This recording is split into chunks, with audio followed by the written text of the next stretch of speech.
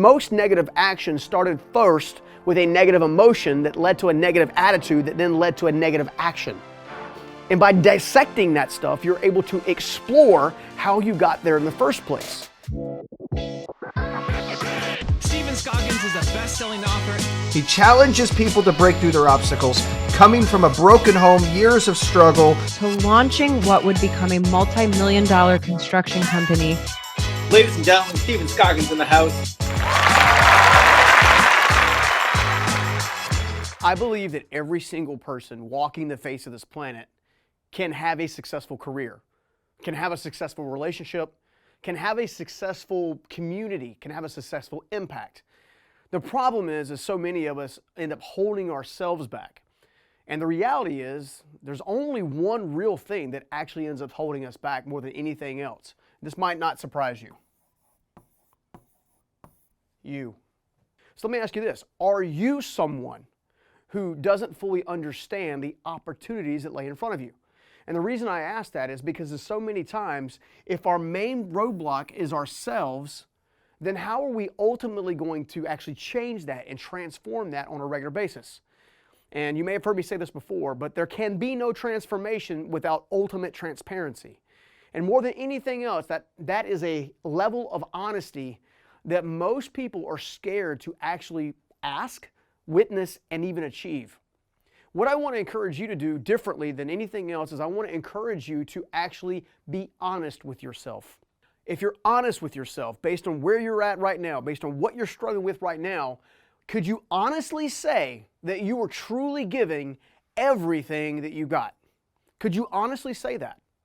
You see, I was my greatest Achilles heel when it came to becoming successful.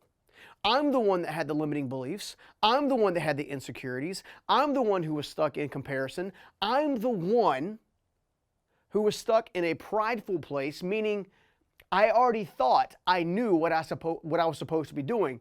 But if you're honest with yourself as I had to be, I finally had to recognize I was where I was because I was only allowing myself to be that.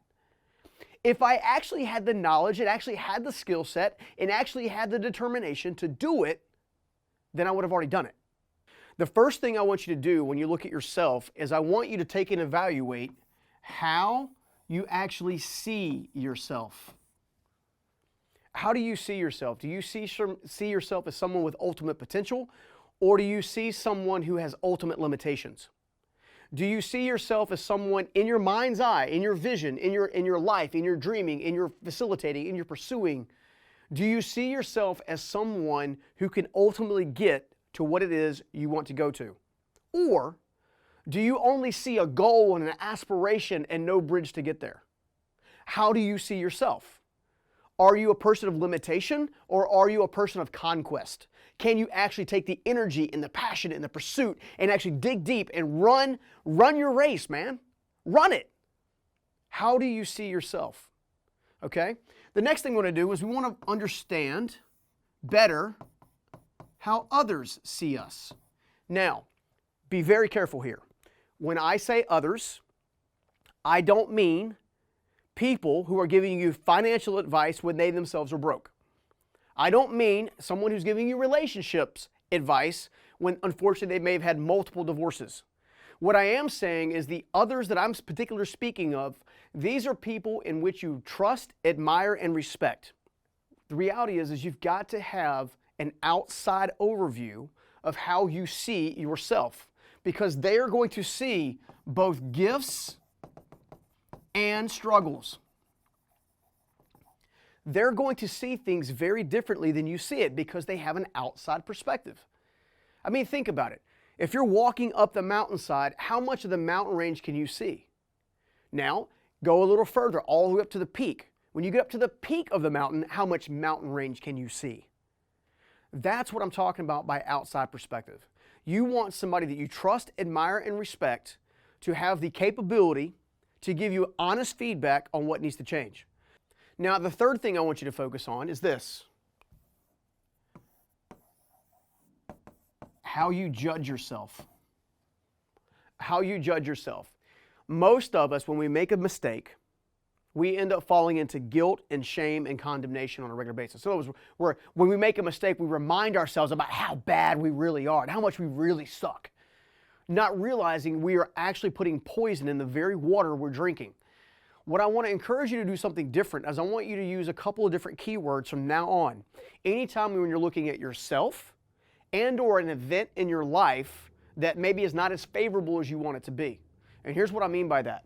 When you're looking at judging yourself, I want you to look at the different word, okay? Exploration.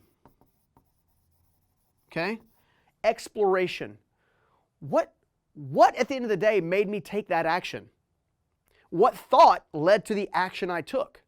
What emotional response led me to the thought that I had and then to the action that I took?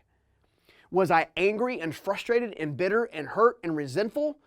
Or was I contemplative and open-minded as I kind of went in here? Did it create the emotion of, or the attitude of, well, they can't do that to me, or I'm not going to let this define me? You see, at the end of the day, most negative actions started first with a negative emotion that led to a negative attitude that then led to a negative action. And by dissecting that stuff, you're able to explore how you got there in the first place. When you get to explore how you got there in the first place, and now you can actually look at the tea leaves, so to speak. You can look at, okay, well, this limiting belief showed up here. All right, so if a limiting belief shows up here, I want to know where that belief was formed. Where did it come from? Was it something from my past, my childhood, a bad relationship, maybe something I still to this day feel guilty about? And what I want to encourage you to do more than anything else is I want to encourage you to always pay attention and actually use intention to then generate the action.